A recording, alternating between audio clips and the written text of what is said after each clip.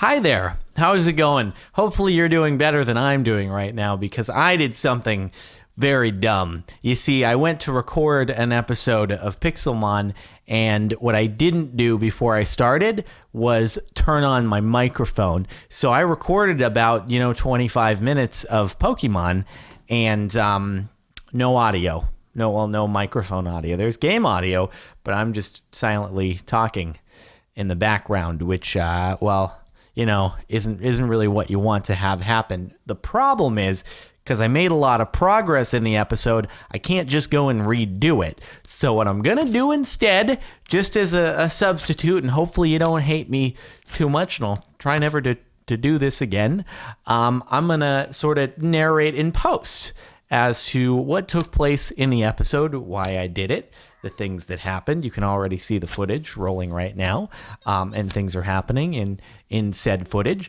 So here's the idea. Here's the starting point. Let me set the scene for you here in this episode of Pokemon. Now, there's this dude who seems to be like super duper knowledgeable about Pokemon and stuff. And whenever I ask, hey, feel free to leave your recommendations for things to catch for this particular challenge, he always leaves like this really, really nice detailed comment. There are actually a couple dudes who do this.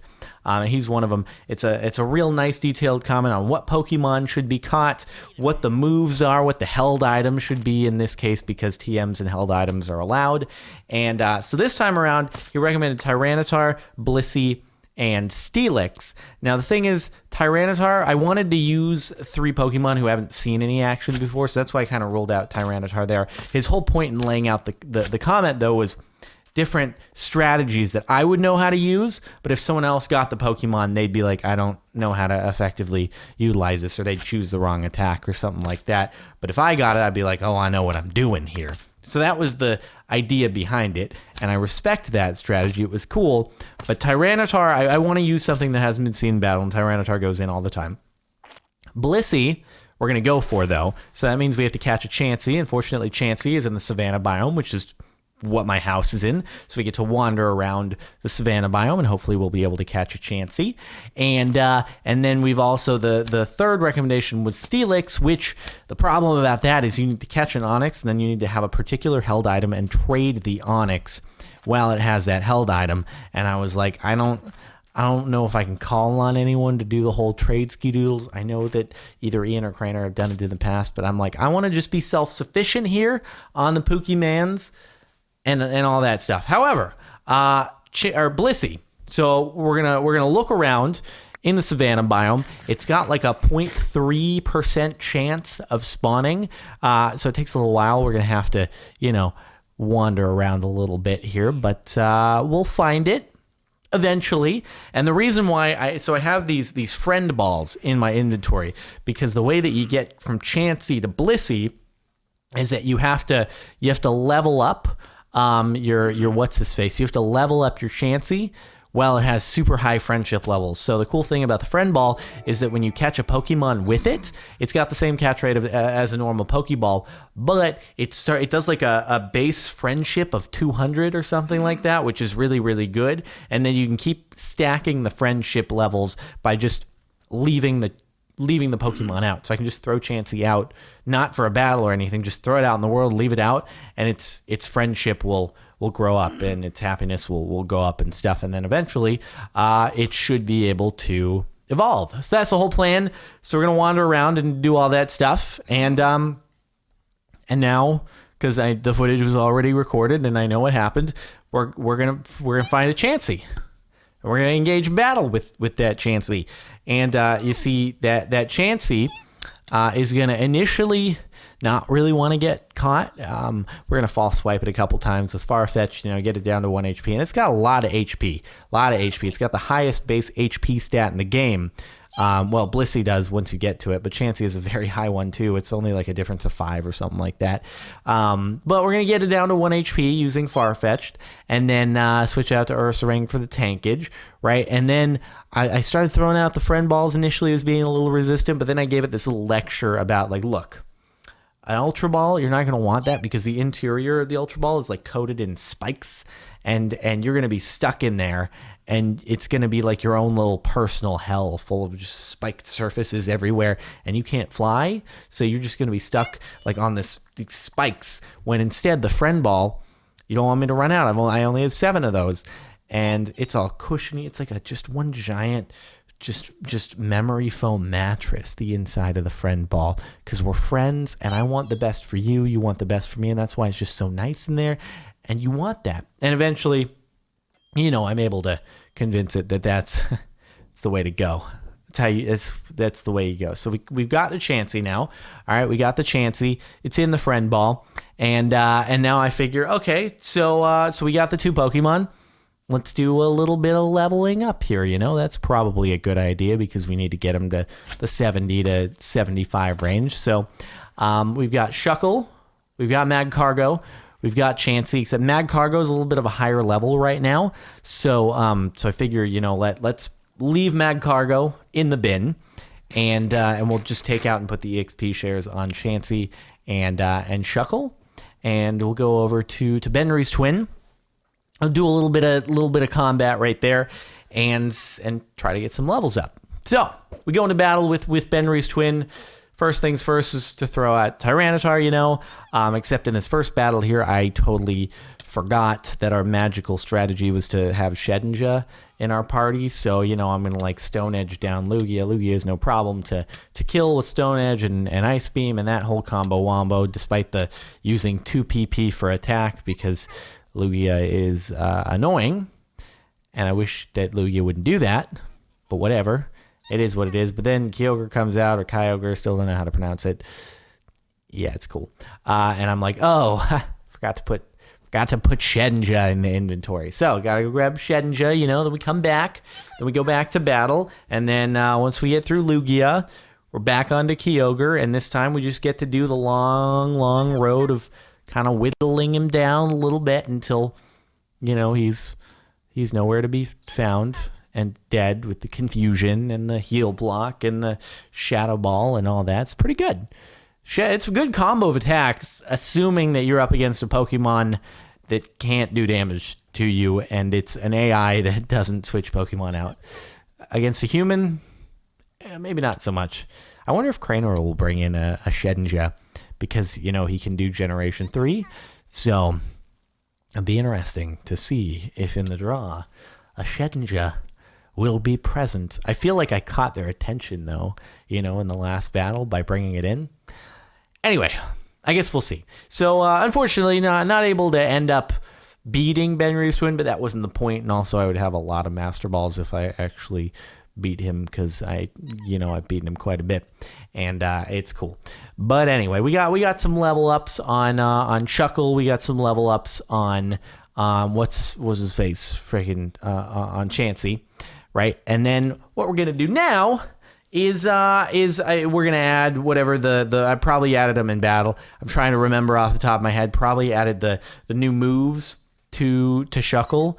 What's it called? The power switch. So Shuckle has the highest defense stat in the entire game, but he gets this move, right? And this move basically allows you to swap your attack and your defense stats. So he can go from having the highest defense in the game to having the highest attack stat in the game. The problem is now your defense is real weak and you're probably going to die pretty quickly.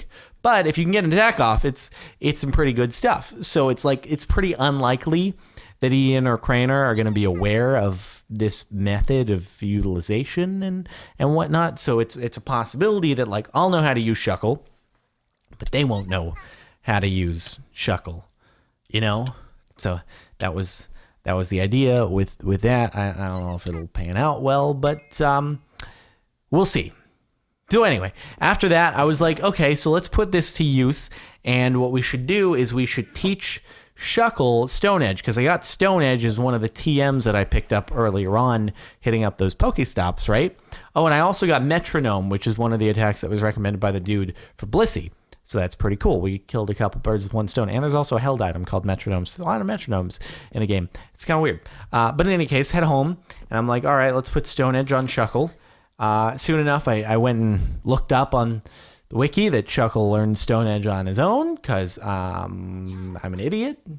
So I could have used that TM for Stone Edge, which is a good attack, on something else. It doesn't learn it naturally. But Shuckle is rock and bug, so it gets stab on Stone Edge like Tyranitar. And I figure if we could do the switcheroo thing on Shuckle and then use Stone Edge, like he is just going to wall up the crap out of anything out there. It's going to be such a massive, hard-hitting attack. Like it's just, Lugia would probably get one hit killed by, if you had a level 80 Tyranitar and a level 80 Shuckle, and I did the power switch attack thing, and then use Stone Edge, I bet you Shuckle would wipe the Lugia out in one hit. It'd be crazy. In fact, Shuckle, there's some weird combination of attacks that you can look up in other YouTube videos. In Pokemon, it can actually deal the highest amount of damage in any single attack of anything. And there's a saying, don't with Shuckle, you know? You can it's implied what I'm saying there, but we keeping it PG-13 up in here. So anyway, I decided let's go and try to demo the whole thing, where I do the switcheroo maneuver of the stats and then use Stone Edge, and it's kind of only successful once. The rest of the times I just kind of get killed because my defense is so low and I have to get off 2 attacks, and I'm dead before that. So it didn't go super great. Could have gone better, if I'm being honest. Would have been cool, but instead it didn't go super great. So I don't know if that's going to be really great in battle. We're gonna have to find out on that one. But yeah, nonetheless, I wanted it to happen. Then I tried it out with some of the other trainer dudes, and definitely didn't work at all. Santa made me have to restart the game, which was good. That's definitely what I was looking for from Santa, was for him to freeze up. It was probably, and I was thinking it's probably because Santa is like real stressed right now. Thanksgiving is done, and so people are starting to put up their holiday lights, and it's still November, and Santa's probably like, guys, can you wait? I don't know, until December, maybe. It's a few days away.